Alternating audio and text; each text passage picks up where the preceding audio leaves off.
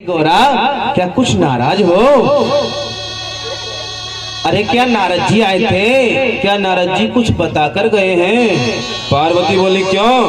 अगर नारद जी कुछ बताकर भी गए हैं तो कुछ गलत नहीं बता गए हैं। नारद जी बिल्कुल ठीक बात बताकर गए हैं। ये बताओ कि आपके गले में जो ये मुंडों के माल हैं, ये गले में मुंड लटके हैं इतने सारे, ये किसके हैं? और आज तक इतना बड़ा राज आपने हमसे बताया क्यों नहीं? इतनी बड़ी बात आज तक आपने हमसे छिपा करके क्यों रखी? भोले बाबा ने कहा, अरे पार्वती वाह, अरे इतनी सी बात के लिए नाराज हो? अरे पहले हमसे पूछ तो लिया होता, इतनी सी बात के लिए क्यों नाराज होती हो? देखो पार्वती, हम आपसे इतना प्रेम करते हैं, इतना प्रेम करते हैं कि आप बार बार जन्म लेती हो और बार बार मर जाती हो, लेकिन आपसे हमको इतना प्रेम है, जब भी आपका शरीर पूरा होता है तो आपका वो मुंड हम अपने इस गले में, इस माला में पिरो लेते हैं। पार्वती, ये सारे के सारे मुंड किसी और के नहीं हैं, ये सारे के सारे मुंड तुम्हारे ही हैं। और कुछ हमारे विशेष भक्त हैं, सुधनवा आदि भक्त हैं, उन भक्तों के मुंड हैं। पार्वती तो देखो अब और ज्यादा नाराज हो गई। ज्यादा नाराज क्यों हुई? पार्वती बोली, वाह, मतलब प्रभु मैं बार बार मर जाती हूँ और आप एक बार भी नहीं मरते, ऐसा क्यों? अरे ये बताओ कि आपने ऐसा कौन सा वो वैद्य है? हाँ, कौन सा वो डॉक्टर है जी?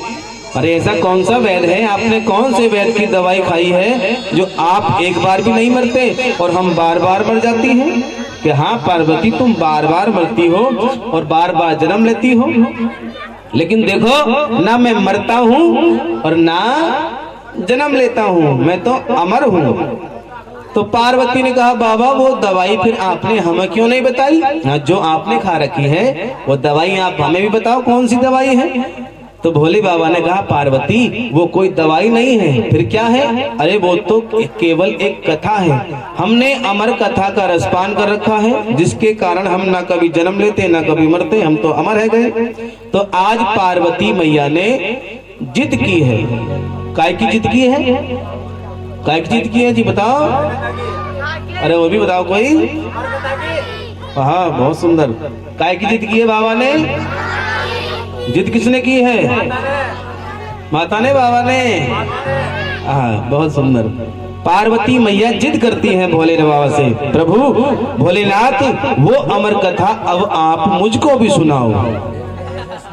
तो देखो, जब पार्वती ने जिद की तो आज भोले बाबा पार्वती को लेकर के अमरनाथ की गुफा में पहुंचे हैं और अपने त्रिशूल को आज्ञा दी है कि देखो यहाँ पर जितने भी प्राणधारी जीव हैं, यहाँ से सबको भगा दो, कोई भी प्राणधारी जीव यहाँ पर ना बचे। अब वहाँ कौन है? केवल भोलेनाथ हैं और पार्वती मैया है। पार्वती मैया से भोले बाबा ने कहा, पार्वती देखो, मैं अपनी दोनों आंखें बंद करके बैठूंगा और मैं कथा कहना प्रारंभ करूंगा, लेकिन देखो तुम बीच बीच में हुंकारा देती रहना, जिससे मुझको पता लगता रहे कि तुम मेरी कथा को सुन रही हो। भोले बाबा ने आंखें बंद की तो भोले पार्वती मैया ने कथा को सुनना प्रारंभ किया। अब भोले बाबा ने कथा कहना प्रारंभ किया है। अमर कथा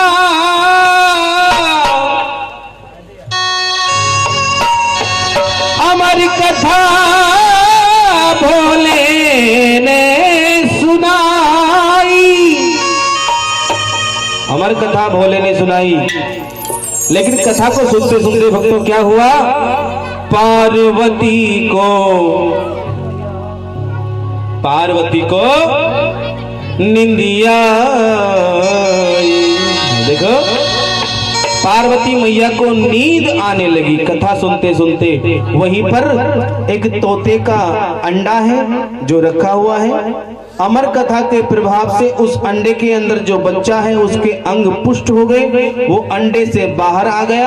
बच्चे ने देखा, अरे भोले बाबा अमर कथा सुना रहे हैं, और पार्वती मैया सोने लगी। ऐसा ना हो हुंकारा बंद ना हो जाए।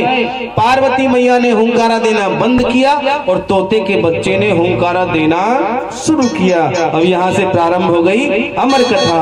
महाआसन पर महादेव जी बैठे आसन मान, और अमर कथा जब लगे सुनाने, अजी गौरा को त्रिपुरार।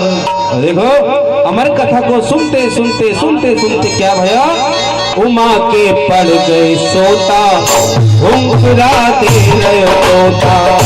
उमा के पड़ गए सोता,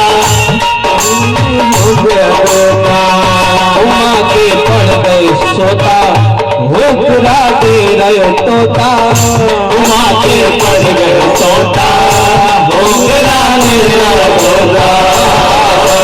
महादेव जी बैठे आसन मान, महाआसन पे महादेव जी बैठे आसन मान। अमर कथा जब लगे सुनाने, गौरा को त्रिपुरार। उमा के पड़ गए सोता, हुंकरा दे रहे तोता। उमा के पड़ गए सोता, हुंकरा दे रहे तोता। आइए अब जरा देखो अमर कथा प्रारंभ हो रही है। सभी अपने दोनों हाथ करते ऊंचे करो और देखो,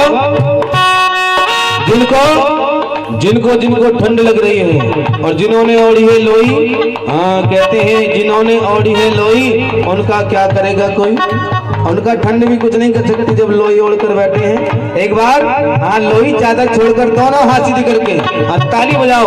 और ताली से फायदा क्या होगा जी, अरे ताली बजाओगे तो शरीर के अंदर हाँ बना दे पूरी। हाँ गर्मी का प्रकाश होगा। जब गर्मी आएगी तो ठंड बहुत दूर रहेगी। लगाओ जी क्या दोनों हाथ की ताली। जय हो हरि बोल।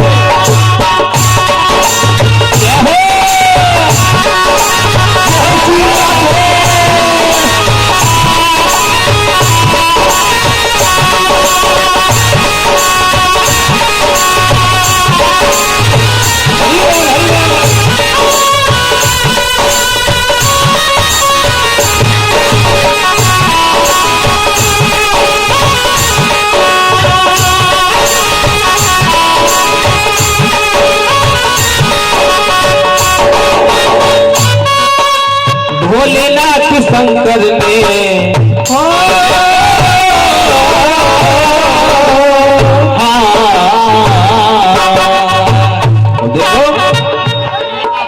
भोलेनाथ शंकर ने गोरा को कथा सुनाई। भोलेनाथ शंकर ने गोरा को कथा सुनाई। कथा हुई ना पूरी, आज कथा भई ना पूरी, गोरा कौन दियाई। कथा हुई ना पूरी, गोरा कौन दियाई। अब देखो हाजी एक बार दोनों हाथ वो उठाओ। आज जिनको नींद आ रही है, आ रही है नींद, देखो आधों को तो नींद आ रही है। मैं कह रहा हूं कि हाथ वो उठाओ जिनको नींद आ रही है। बोल आ रही है जी, अच्छा। अब देखो नींद को दूर करने का उपाय सुनो फिर। जब नींद आ रही है तो दोनों हाथ उठा करके ताली बजाओगे, और यदि ताली बजाओगे तो नींद बहुत दूर जाएगी। क्यों? भोलेनाथ शंकर ने ताली बजाकर, अरे भोलेनाथ शंकर ने गोरा को कथा सुनाई। अरे भोलेनाथ शंकर ने गोरा को कथा सुनाई। कथा हुई ना पूरी, गोरा कौन दियाई। कथा हुई ना पूरी, गोरा कौन दियाई। भोलेनाथ जी समझ न पाए, अरे भोलेनाथ जी समझ न पाए। भोले बाबा समझ न पाए, भोले बाबा समझ न पाए। तोते की हुंकार। अब देखो गोरा को नींद आ गई, पार्वती को नींद आ गई, लेकिन तोते के बच्चे ने हुंकारा देना शुरू कर दिया, हूं। अब भोलेनाथ तो आंख बंद करके कथा सुना रहे हैं, पता नहीं कौन हुंकारा दे रहा है। उनको तो ये था कि पार्वती ही हुंकारा दे रही है। भोलेनाथ जी समझ ना पाए तोते की हुंकार, लेकिन क्या हुआ, जब नींद से गौरा जागी अफसोस हुआ है भारी।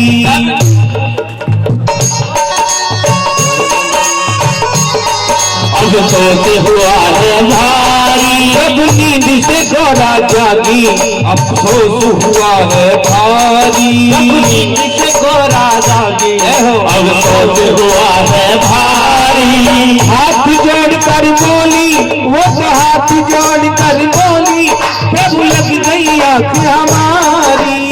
हाथ जोड़ के बोली, प्रभु लग गई आँख हमारी।